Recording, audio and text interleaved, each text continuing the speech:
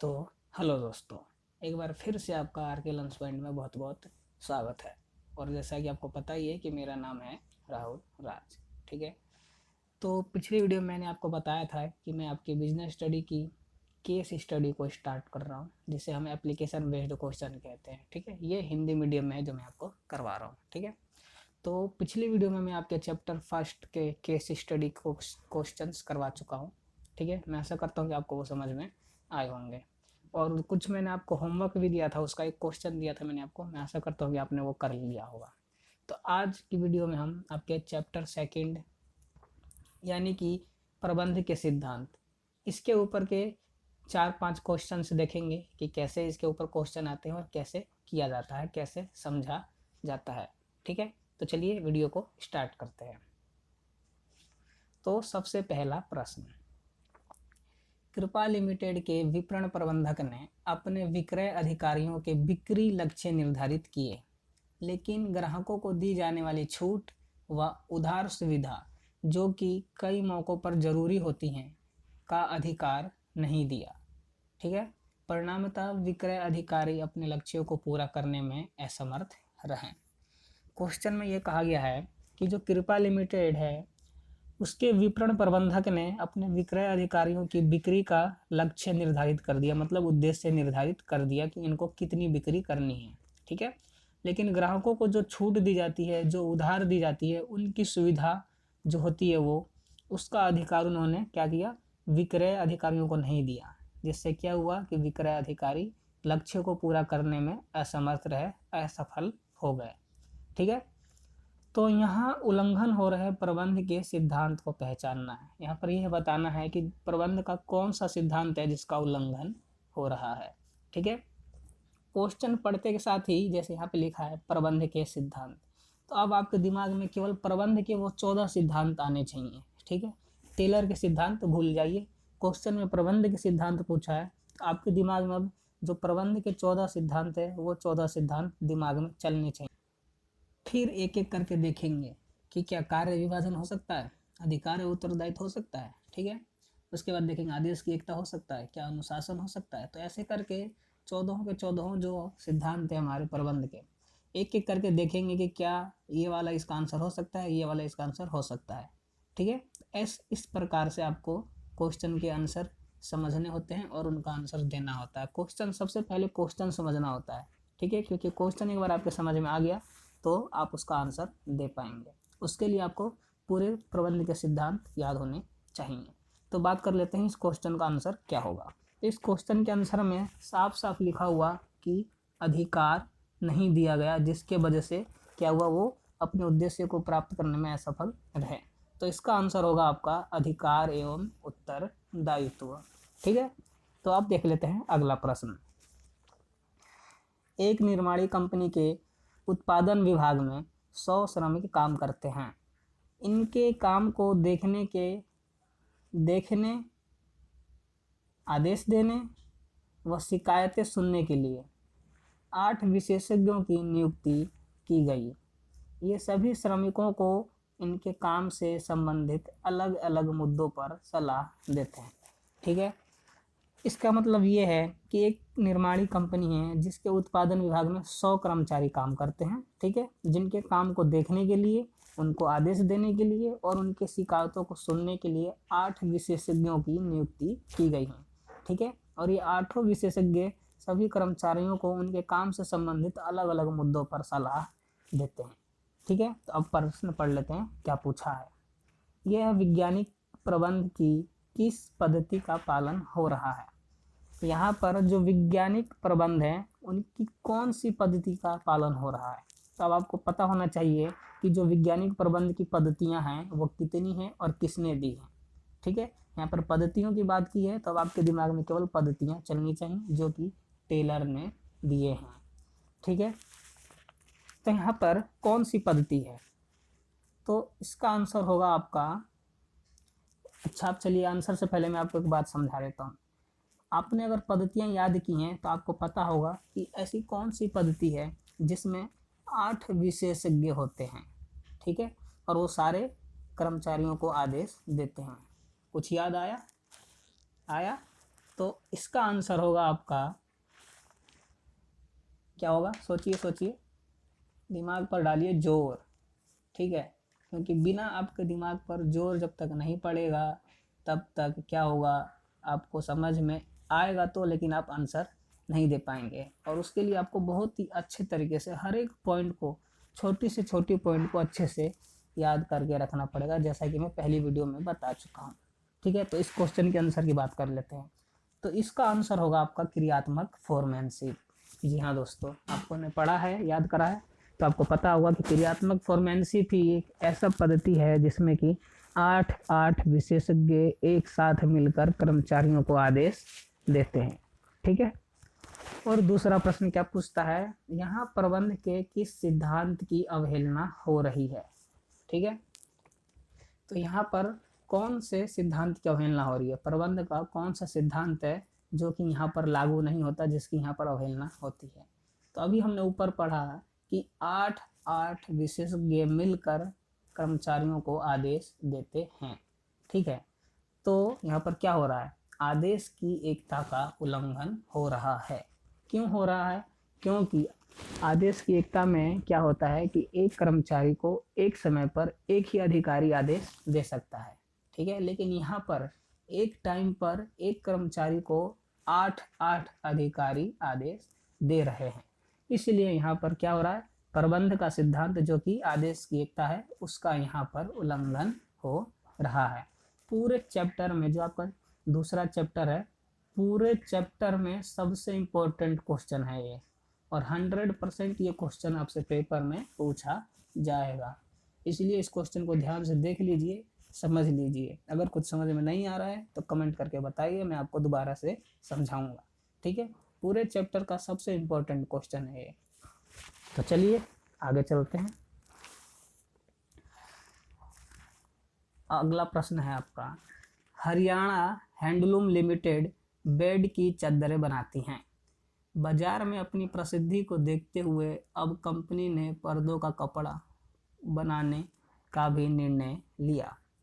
इस निर्णय को तुरंत लागू कर दिया गया, लेकिन कंपनी ने मानव शक्ति में वांछित वृद्धि नहीं की। कंपनी चाहती थी कि कुछ दिनों तक वर्तमान लोगों से ही काम चलाया जाए, उन्हें अतिरिक्त समय तक काम करने के लिए कहा जाए। परिणाम यह हुआ कि एक ओर कंपनी के नए उत्पाद की बाजार में पकड़ नहीं बनी, तथा दूसरी ओर काम के दबाव से कर्मचारियों की कुशलता में कमी आ गई। ठीक है, अनेक मौक़ों पर ऐसा भी देखा गया कि एक ही अधीनस्थ को 2 अधिकारियों से आदेश प्राप्त हो रहे थे। प्रबंधकों ने भी अपने जानने वालों को सरल व अन्यों को जटिल काम देने शुरू कर दिए थे। ठीक, अब कंपनी में नियमों को पूरी तरह से अनदेखा किया जाने लगा था। तो ये है आपका पूरा प्रश्न पैराग्राफ जो कि दिया हुआ है, और हमने इसे पढ़ लिया। एक बार पढ़िए क्वेश्चन को, अगर समझ में नहीं आता तो उसको दोबारा पढ़िए, क्योंकि जब तक ये पैराग्राफ आपको समझ में नहीं आएगा तो उसका आंसर देना बहुत ही मुश्किल हो जाएगा। तो अब पढ़ लेते हैं प्रश्न की पूछा क्या है। पंक्तियां उद्धृत करते हुए प्रबंध के उन 3 सिद्धांतों को पहचानिए जिनका यहाँ उल्लंघन हो रहा है। ठीक है, मतलब कि जो ये पैराग्राफ ऊपर लिखा हुआ है इसमें प्रबंध के 3 सिद्धांतों का उल्लंघन हो रहा है। ठीक है, कौन से सिद्धांत का उल्लंघन हो रहा है वो बताना है, और वो लाइन भी लिखनी है इस पैराग्राफ में से कि कहाँ से कहाँ तक है लाइन, वो लाइन लिखनी है और फिर उसका आंसर लिखना है। जैसे कि ढूंढते हैं, ऊपर से दोबारा से पढ़ना स्टार्ट करते हैं। हरियाणा हैंडलूम लिमिटेड बेड की चादरें बनाती हैं। बाजार में अपनी प्रसिद्धि को देखते हुए अब कंपनी ने पर्दों का कपड़ा बनाने का भी निर्णय लिया। इस निर्णय को तुरंत लागू कर दिया गया, लेकिन कंपनी ने मानव शक्ति में वांछित वृद्धि नहीं की। कंपनी चाहती थी कि कुछ दिनों तक वर्तमान लोगों से ही काम चलाया जाए, उन्हें अतिरिक्त समय तक काम के लिए कहा जाए। परिणाम यह हुआ कि एक और कंपनी नए उत्पाद की बाजार में पकड़ नहीं बनी, तथा दूसरी ओर काम के दबाव में कर्मचारियों की कुशलता में कमी आ गई। यहाँ तक तो सब कुछ ठीक है। अनेक मौक़ों पर ऐसा भी देखा गया कि एक ही अधीनस्थ को 2 अधिकारियों से आदेश प्राप्त हो रहे थे। ठीक है, तो यहाँ से अनेक मौक़ों पर देखा गया, यहाँ से और हो रहे थे, यहाँ तक आपका पहला मिल गया। कौन सा है, यहाँ पर आदेश की एकता का उल्लंघन हो रहा है। ठीक है, क्यों? क्योंकि यहाँ पर एक ही अधीनस्थ को दो दो अधिकारियों से आदेश प्राप्त हो रहे हैं। तो आप लिख देंगे अनेक मौकों पर ऐसा भी, इसके आगे डॉट डॉट लगा के लिख देंगे प्राप्त हो रहे थे। ठीक है, पूरी लाइन नहीं लिखनी आपको, 2-3 शब्द आगे का लिखिए, बीच बीच में डॉट डॉट लगाइए और लास्ट में 2-3 वर्ड लास्ट वाले लिख दीजिए और फिर इसका आंसर लिख दीजिए आगे आदेश की एकता का उल्लंघन। ठीक है, ये हो गया आपका पहला। 3 बताने हैं ना, तो 1 हो गया। अब आगे पढ़ते हैं। प्रबंधकों ने भी अपने जानने वालों को सरल व अन्यों को जटिल काम देने शुरू कर दिए। ठीक है, क्या किया प्रबंधकों ने? उन्होंने भी अपने जानने वालों को और अनजानों को कठिन काम देना स्टार्ट कर दिया। मतलब जिनको जानते थे वो उनको आसान काम देते थे और जिनको नहीं जानते थे उनको कठिन काम देते थे। ठीक है, तो यही है आपका दूसरा आंसर, प्रबंधकों से लेकर शुरू कर दिए थे, यहाँ तक है। ठीक है, इसका आंसर क्या होगा? इसका आंसर होगा समता। क्यों?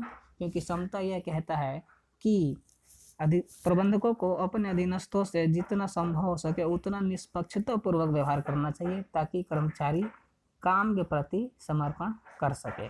ठीक है, तो ये हो गया दूसरा।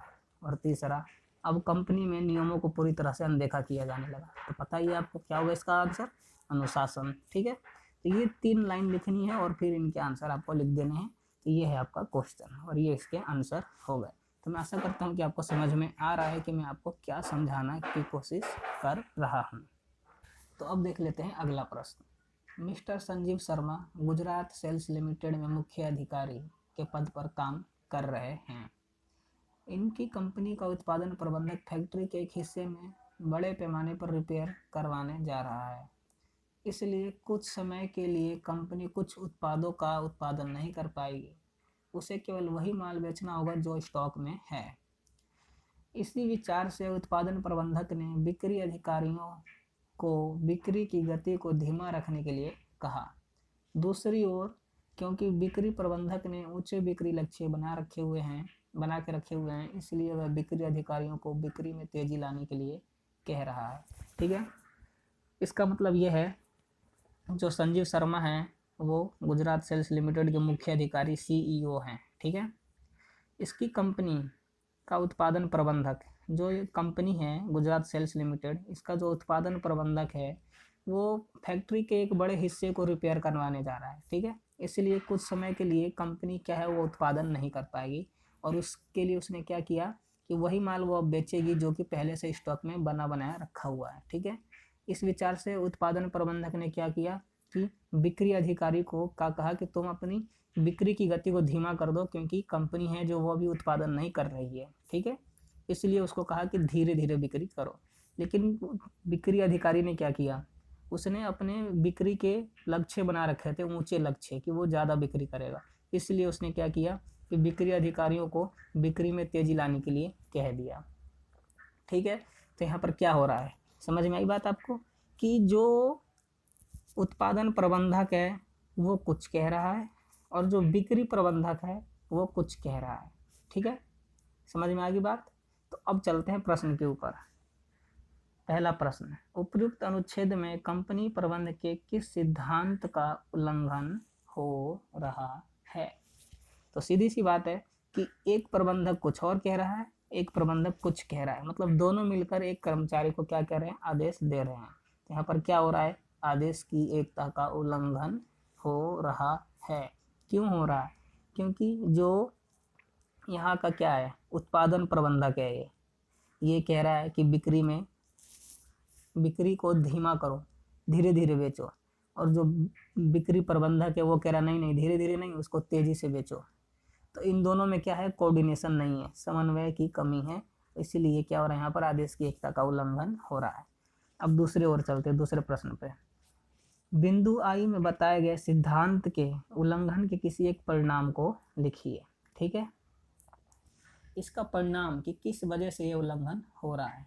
ठीक है, नहीं, किस वजह से नहीं हो रहा है, ये जो सिद्धांत का उल्लंघन हो रहा है उसका परिणाम क्या होगा।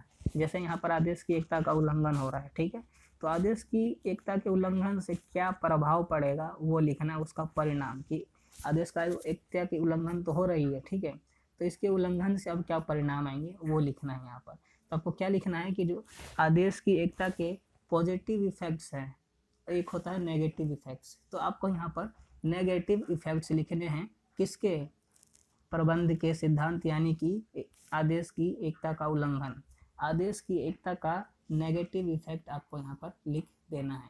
इससे क्या होगा, जैसे कि अधीनस्थों के कार्यकुशलता में कमी आएगी, ठीक है, जो संगठन का उद्देश्य है वो प्राप्त होने में देरी होगी, ठीक है। तो ये जो होते हैं नेगेटिव इफेक्ट्स वो यहाँ पर आपको लिखने से, तो आप कोई सा भी एक लिख सकते हैं। अब तीसरा प्रश्न, यहाँ कंपनी का सीईओ प्रबंध की किस अवधारणा को अनदेखा कर रहा है। अब जो यहाँ प्रबंध का सीईओ है यानी कि संजीव शर्मा, वो किस बात को यहाँ पर नहीं देख पा रहा है। जैसे कि मैंने बताया कि उत्पादन प्रबंधक कुछ और कह रहा है, बिक्री प्रबंधक कुछ और आदेश दे रहा है, ठीक है। तो इससे आपको क्या लगता है कि इससे आपको यही लगेगा कि इन दोनों में क्या है, कोऑर्डिनेशन नहीं है, कोऑर्डिनेशन की कमी है। क्योंकि अगर इन दोनों में कोऑर्डिनेशन होता, समन्वय होता, तो ये दोनों अलग अलग बात नहीं कहते, दोनों एक ही बात कहते हैं, ठीक है। तो यहाँ पर इन दोनों में क्या है, समन्वय की कमी है, इसीलिए दोनों ही अलग अलग अपने तरीके से काम कर रहे हैं। तो यहाँ पर जो कंपनी का सीईओ है वो क्या कर रहा है, समन्वय को अनदेखा कर रहा है। तो इसका आंसर होगा आपका समन्वय, ठीक है। मैं आशा कर रहा हूँ कि मैं क्या कह रहा हूँ, क्या आपको समझाना चाह रहा हूँ वो समझ में आपको आ रहा है। तो चलिए एक दो क्वेश्चन और देख लेते हैं। तो अगला प्रश्न आपका विद्यालय पाठ्यक्रम सहगामी व क्रीड़ा संबंधी क्रियाओं के मिश्रण द्वारा विद्यार्थियों के सर्वांगीण विकास में विश्वास रखता है तथा टीम भावना को बढ़ावा देता है, ठीक, टीम भावना को बढ़ावा भी देता है। अपने स्थापना दिवस पर विद्यालय को एक स्टेज कार्यक्रम प्रस्तुत करना था। कार्यक्रम संबंधी विभिन्न पक्षों की योजना बनाने के लिए उन्होंने 10 प्रधान बच्चों की एक कमेटी बनाई। उन्होंने यह निर्णय लिया कि सजावट के लिए वे पुनः चक्रीय कागज का प्रयोग करेंगे, ठीक है। उनमें एकता एवं समन्वय की भावना थी। हर लाइन को पढ़ते समय ही समझ ले ताकि दोबारा पढ़ने की आवश्यकता ना हो, ठीक है। और सभी सदस्य एक दूसरे का सहयोग कर रहे थे। पारस्परिक विश्वास एवं अपनेपन की भावना के कारण कार्यक्रम व्यवस्थित रूप से नियोजित एवं कार्यान्वित हो गया, ठीक है। कार्तिक ने, जो प्रधान बच्चों में से एक था, यह अनुभव किया कि अनजाने में कार्य के नियोजन एवं कार्यान्वयन में उनके दल ने प्रबंध के विभिन्न सिद्धांतों में से एक का प्रयोग किया है। वह कार्यक्रम की सफलता से इतना अधिक प्रेरित हुआ कि उसने अपने पिताजी को उसी सिद्धांत को अपने व्यवसाय में अपनाने के लिए कहा। उसके पिताजी ने बताया कि वह पहले से ही उस सिद्धांत का उपयोग कर रहे हैं, ठीक है। तो ये पैराग्राफ हमने पढ़ लिया और आशा करता हूँ कि आपको समझ में भी आया होगा। अगर नहीं आया है तो दोबारा से पढ़िए, पहले इसको समझिए, उसके बाद आगे पहुँचिए, क्योंकि इसको समझना बहुत ही आवश्यक है, ठीक है। तो अब पढ़ते हैं इसके प्रश्न। पहला प्रश्न, कार्यक्रम की सफलता के लिए प्रयोग किए गए प्रबंध के सिद्धांत को बताइए। कि कौन से सिद्धांत को प्रयोग किया गया यहाँ पर कार्यक्रम को सफलतापूर्वक बनाने के लिए, ठीक है। तो आपने अगर सही से पढ़ा होगा तो बहुत जगह लिखा हुआ था, जैसे यहाँ पर लिखा है टीम भावना को बढ़ावा देते हैं, ठीक है, एक दूसरे का सहयोग करते थे। तो इन सारी बातों से आपको क्या लगता है कौन सा सिद्धांत है प्रबंध का? जी हाँ, आपका प्रबंध का सिद्धांत है 14वां सिद्धांत जो है सहयोग की भावना, ठीक है, सहयोग की भावना है आपका इसका आंसर। अब दूसरा देख लेते हैं। प्रबंध की उन 2 विशेषताओं का उल्लेख कीजिए जिन पर उपरोक्त अनुच्छेद में प्रकाश डाला गया है। इसका मतलब ये है कि जो ऊपर पैराग्राफ लिखा हुआ है, इस पैराग्राफ में प्रबंध की जो विशेषताएं हैं उन 2 विशेषताओं को बताया गया है। उन दोनों विशेषताओं का नाम लिखना है, आपको बताना है कौन कौन सी विशेषताओं को इसमें बताया गया है, ठीक है। तो सबसे पहला जो मैंने टिक लगाया ऊपर, टीम भावना को बढ़ावा देता है। मतलब पहली विशेषता कि प्रबंध एक सामूहिक क्रिया है, ठीक है। मतलब प्रबंध को कोई अकेला नहीं कर सकता, इसके लिए एक समूह की आवश्यकता होती है, ठीक है। जैसा कि इसमें आगे लिखा भी हुआ था कि एक क्या था, एक 10 प्रधान, ये रहा 10 प्रधान बच्चों की एक कमेटी बनाई गई, मतलब कि इनका एक समूह बना दिया गया। ठीक है, तो ये है पहली विशेषता कि प्रबंध एक सामूहिक क्रिया है। ठीक है, और दूसरा जो इसने क्या किया, कौन सा बच्चा था, कार्तिक। ये कार्तिक ने अनुभव किया कि उसने अनजाने में प्रबंध के एक सिद्धांत का प्रयोग किया है। ठीक है, और वही वो अपने पिताजी को अपने व्यवसाय में अपनाने के लिए बताने के लिए गया कि इस सिद्धांत का आप अपने व्यवसाय में प्रयोग कीजिए, जिससे उसके पिताजी ने कहा था कि वह पहले से ही उस सिद्धांत का प्रयोग कर रहे हैं। तो इससे आपको क्या लगता है, ये कौन सी विशेषता है प्रबंध की? ये प्रबंध सर्वव्यापक है। ठीक है, ये विशेषता है कि प्रबंध सर्वव्यापक है। प्रबंध सर्वव्यापक क्यों है? क्योंकि प्रबंध गैर व्यावसायिक और व्यावसायिक दोनों ही क्रियाओं में अपनाया जा सकता है। जैसे कि आपने जो ये पढ़ा, तो आपको क्या लगता है कौन सी क्रिया है, व्यावसायिक है या गैर व्यावसायिक है? तो ये है आपका गैर व्यावसायिक। ठीक है, क्योंकि जो व्यावसायिक क्रियाएं होती हैं उनका उद्देश्य होता है लाभ कमाना, और यहाँ पर आपको कहीं भी लाभ का कोई भी वर्ड लिखा हुआ नहीं मिला, ना ही पढ़ने से समझ में आया कि ये लाभ कमाने के लिए कर रही है। तो ठीक है, तो ये कौन सी क्रिया हुई? ये गैर व्यावसायिक क्रिया हुई। तो गैर व्यावसायिक क्रिया, तो ऐसा क्या है, प्रबंध को व्यावसायिक और गैर व्यावसायिक दोनों क्रियाओं में अपनाया जा सकता है। तो इसलिए यहाँ पर हम इसका आंसर क्या बताएंगे, प्रबंध सर्वव्यापक है। तो ये दो विशेषताएं हैं इसकी। सहयोग की भावना तो पहले का आंसर था। दूसरे का ये है कि प्रबंध एक सामूहिक क्रिया है, और दूसरा प्रबंध सर्वव्यापक है। ये दो विशेषताओं को इस पैराग्राफ में बताया गया है। ठीक है, अगला प्रश्न देख लेते हैं। आपके विद्यालय द्वारा समाज को संप्रेषित किए गए किन्हीं दो मूल्यों की पहचान कीजिए। इसका मतलब ये है कि आपका विद्यालय समाज को अपनी किन दो मूल्यों को बताता है, क्या बता रहा है। ठीक है, उनकी पहचान करनी है। तो सबसे पहला क्या है, एक दूसरे का सहयोग करना, एक दूसरे का सहयोग करना। ठीक है, और दूसरा कहाँ गया, इसी में लिखा हुआ था, एक दूसरे का सहयोग करना और समन्वय बनाए रखना। समन्वय वाली लाइन बीच में आई थी, कहाँ गई, एकता और समन्वय, ये रही। आपस में एकता और समन्वय बनाए रखने से हम किसी भी कार्य को बिना गलती किए कर सकते हैं, और दूसरा एक दूसरे का सहयोग करने से हम कार्य को जल्दी कर सकते हैं, जल्दी समाप्त कर सकते हैं, और एकता और समन्वय के कारण हम किसी भी कार्य को करने में कोई भी गलती नहीं करते। तो ये हमारा विद्यालय है जो समाज को इन दोनों मूल्यों को बताता है। ठीक है, तो ये आपका प्रश्न यहाँ पर हो गया हल। तो मैं आशा करता हूँ कि आपको समझ में आया होगा, और नहीं आया है तो कमेंट करिए, बताइए कि क्या नहीं आया, ताकि मैं आपको और अच्छे से समझाने की कोशिश कर सकूँ। और जैसा कि मैंने पहले वीडियो में भी आपको होमवर्क में एक प्रश्न दिया था, ठीक उसी तरीके से इस वीडियो में मैं भी आपको एक प्रश्न होमवर्क में देता हूँ। ठीक है, ये है वो आपका प्रश्न। एक बार मैं आपको इसे समझा देता हूँ, उसके बाद आप इसके आंसर मेरे को कमेंट करके ज़रूर बताइएगा। निकिता एवं सलमान ने अपनी MBA पूरी की और एक बहुराष्ट्रीय कंपनी में सामान्य स्तर पर कार्य करना आरंभ कर दिया। दोनों कठिन परिश्रम करते थे और अपने मालिक से खुश थे। सलमान में अपने बॉस को प्रभावित करने के लिए अपने साथियों की चुगली करने तथा उनकी गलत रिपोर्ट की आदत थी। ठीक है, संगठन के सभी कर्मचारी इस बारे में जानते थे। निष्पादन मूल्यांकन के समय निकिता का निष्पादन सलमान की अपेक्षाकृत बेहतर समझा गया।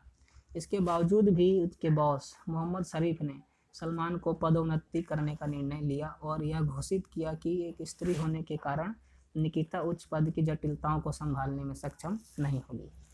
ठीक है, इसका मतलब ये है कि निकिता और सलमान जिन्होंने MBA की हुई है, ये बहुराष्ट्रीय कंपनी में एक ही स्तर पर काम कर रहे हैं। ठीक है, दोनों कठिन परिश्रम करते थे और अपने मालिक से खुश थे। ठीक है, लेकिन जो सलमान है वो अपने बॉस को प्रभावित करने के लिए अपने साथियों की चुगली करता था और उनकी गलत रिपोर्ट अपने बॉस को देता था, और संगठन में सभी कर्मचारी इस बात से सहमत थे, जानते थे।